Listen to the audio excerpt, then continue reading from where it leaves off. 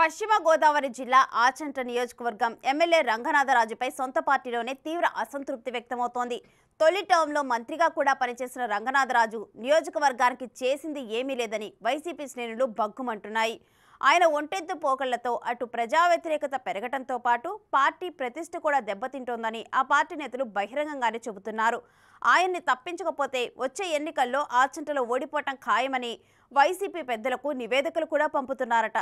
దాంతో ఆచంట రాజుగారి పరిస్థితి అర్థం కాకుండా తయారైంది. ఇప్పుడు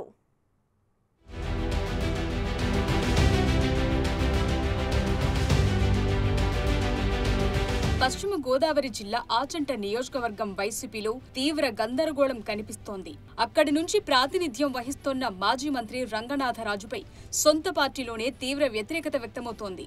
రంగనాథరాజు ఎమ్మెల్యేగా గెలిచిన 2.5 ఏళ్లు మంత్రిగా పనిచేసినప్పటికీ నియోజకవర్గానికి చేసిందేమీ లేదని, కనీసం పార్టీ బలోపేతానికి కూడా పనిచేయలేదని వైసీపీ శ్రేణులు భగ్గుమంటున్నాయి. వచ్చే ఎన్నికల్లో ఆయనకు తిరిగి టికెట్ ఇస్తే సెల్ఫ్ గోల్ చేసుకున్నట్లే అని పార్టీ పెద్దలకు ఫిర్యాదులు గుప్పిస్తున్నాయి. రంగనాథరాజుకి కాకుండా ఎవరికి సీట్ ఇచ్చినా తమకు ఓకే అంటూ రోడ్డెక్కుతున్నారు వైసీపీ నేతలు. మాజీ మంత్రి రంగనాథరాజు ఒంటెద్దు పోకడలతో పార్టీకి నష్టం జరుగుతుందని ప్రెస్ మీట్లు పెట్టి మరీ ప్రకటిస్తున్నారు. దాంతో ఆచంట వైసీపీలో ముసలం రచ్చకెక్కింది. వైసీపీ ఆవిర్భావం నుంచి పార్టీకి అంకిత భావంతో పనిచేసిన నాయకులను ఎమ్మెల్యే రంగనాథరాజు పట్టించుకోరని, ఆయన అడుగులకు మడుగులొత్తే వారికే నియోజకవర్గంలో పదవులు దక్కి పనులవుతున్నాయని అసంతృప్తి నేతలు మండిపడుతున్నారు.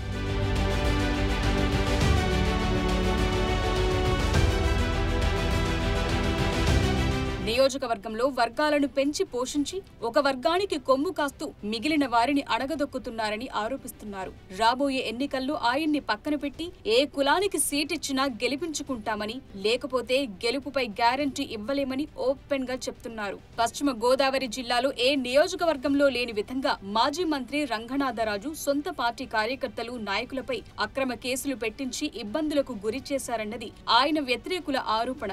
ఆచంటలో శ్రీరంగనాథరాజు గెలుపు కోసం పనిచేస్తే తనపైనే అట్రాసిటీ కేసు పెట్టించారని సాక్షాత్తు వైసీపీ జిల్లా ఉపాధ్యక్షుడు వైట్ల కిషోర్ ప్రెస్ మీట్ పెట్టి మరీ తన ఆక్రోశాన్ని వెళ్లగక్కారు.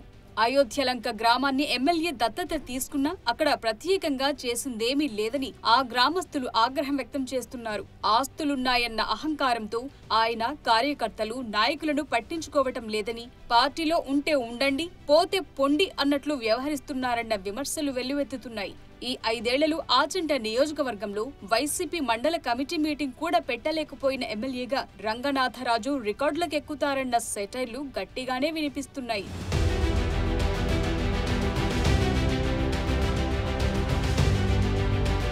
క్షేత్ర స్థాయిలో చూస్తే ఆచంట నియోజకవర్గంలో అసలు అభివృద్ధి ఊసే కనిపించదన్న అభిప్రాయం ఉంది.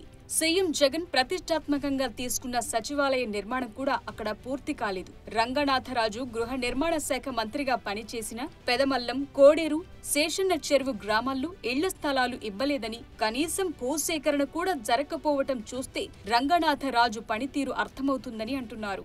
అసలు రంగనాథరాజు ఇంకా తాను రాజరికం వ్యవస్థలోనే ఉన్నట్లు భావిస్తుంటారని, పార్టీ కార్యకర్తలను పురుగుల్లా చూస్తారని, డబ్బు, హోదా ఉన్నవారికే రంగనాథరాజు కార్యాలయంలో గౌరవం ఉంటుందని, అటువంటి వారికి ఆయన అపాయింట్మెంట్ ఇస్తారని సామాన్య ప్రజలు కూడా అంటున్నారంటే ఆయన రాజరికం ఏ రేంజ్ లో ఉంటుందో అర్థం చేసుకోవచ్చంటున్నారు.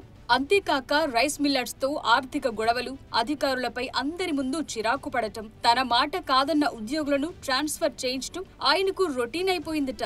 అటు అభివృద్ధి పరంగా ప్రజలకు చేసిందేమీ లేక, ఇటు పార్టీ శ్రేణులతో పాటు ప్రభుత్వ యంత్రాంగంతో గ్యాప్ పెంచుకున్న రంగనాథరాజుకి మళ్లీ టికెట్ ఇస్తే తాము చేతులెత్తేస్తామంటోంది ఆయన వ్యతిరేక వర్గం.